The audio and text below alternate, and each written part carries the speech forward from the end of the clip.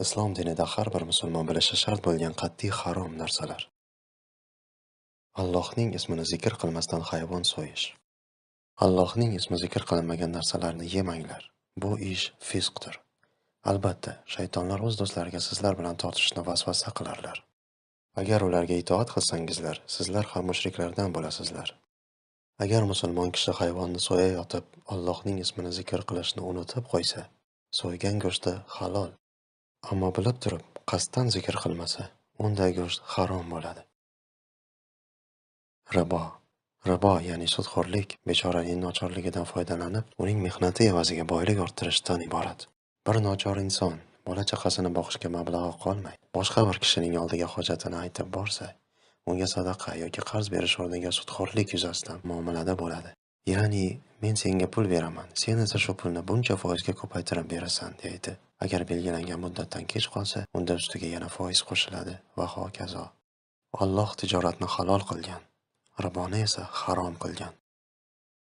Chunki tijoratda foyda ko'rish ham, kuyib qolish ham mumkin. Tijoratda inson mehnat qiladi, o'z mahoratini ishga soladi. Savdogar foyda ko'rishga umid qiladi, lekin kuyib qolishni ham bo'yniga oladi. Mehnat qilib, odamlarga kerakli mollarni yetkazadi, ularni yaxshi saqlaydi va boshqa xizmatlar. Sudxo'r esa hech narsa qilmay o'z joyida o'tiradi. Nima bo'lishidan qat'iy nazar, foyda olishi muqarrar. Kuyib qolish xavfi yo'q. Alloh riboni doimo nuqsonga uchratur va sadaqalarni ziyoda qilur.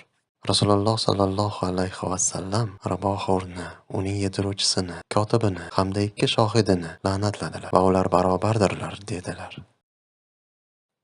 Xamir va qimor. Alloh taolo aytadi: "Ey mo'minlar, aroq, qimor, butlar va cho'plar harom ishdir. Bas, ularning har biridan uzoq bo'lingiz." Aroq va qimor sababli shayton sizlarni Allohni zikr qilishdan va namoz o'qishdan to'sishni istaydi, xolos. Xamirning shaxsga va jamiyatga keltiradigan zarari haqida ma'lumotlar ko'p. Bu haqiqatlarni butun dunyo, musulmon ham, kofir ham, hatto aroqxo'rning o'zi ham yaxshi biladi. Shuningdek, qimor ham zarari ko'p illatdir. Alloh taolo bu ikki narsani, ya'ni xamir va qimorni ifloslik va shaytonning ishi deb ataydi. Alloh o'z bandasiga mehribon bo'lgani uchun bandasini ifloslik va shaytonning ishidan qaytaradi. Xamir haqidagi oyatlar jami 4 marotaba bosqichma-bosqich bo'lib nozil qilingan. Birinchi bor Nahl surasidagi 6 va 7 oyatlarda nozil bo'lgan. Bu oyatda xurmo va uzum mevalaridan yaxshi rizq va mast qiluvchi narsa olinishi aytilgan. Bunda mast qiluvchi narsa, ya'ni xamir, yaxshi rizqqa qarshi qo'yilgan, uning yomon narsa ekaniga ishora etilgan. Ikkinchi bor Baqara surasi 219-oyat bo'lib, unda odamlar xamir va qimor haqida so'rashlari va ularda ham foyda, ham zarar borligi, lekin zarari foydasidan ko'pligi, ularda katta gunoh borligi aytilgan. Uchinchi bor esa Niso surasi 43-oyatda. U oyatda musulmonlarga mast holda namoz o'qimaslikka amr qilingan. Va nihoyat 4-bor Moida surasidagi ushbu oyatlar nozil bo'lib, xamirning mutlaqo harom ekanligi ta'kidlandi. O'z joniga qasd qilish og'ir gunoh. Dinimiz ta'limotida insonning o'z joniga qasd qilishi gunoh hisoblanadi.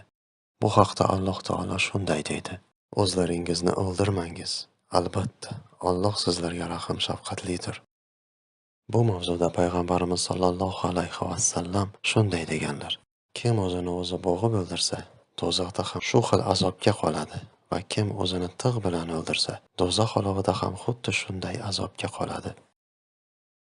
Shuni bilish kerakki, biror qiyinchilikdan qutulish yoki bir kishidan norozi bo'lib o'z joniga qasd qilish masalaning yechimi emas.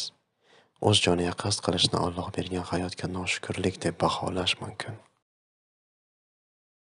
Inson har qanday holatda ham o'z joniga qasd qilishdan tiyilib, Alloh taolo bergan hayotni qadrlashi, umrini ezgu ishlarga sarflab yashashi lozim. Shunda insonlar dunyo va oxirat saodatiga erishadilar.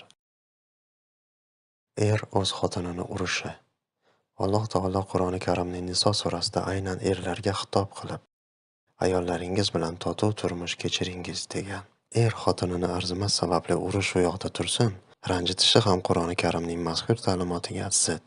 Payg'ambarimiz sollallohu alayhi vasallam aytdilar: Sizning eng yaxshilaringiz ahli ayoliga yaxshi munosabatda bo'luvchilaringiz va men ichlaringizda ahli ayoliga yaxshilik qiluvchiroqman. Hadis kitoblarida rivoyat qilinishicha, Muaviya ibn Xayra Qushayri roziyallohu anhu: "Ey Allohning rasuli, xotinlarimizning bizdagi haqlari nima?" deb so'ragan.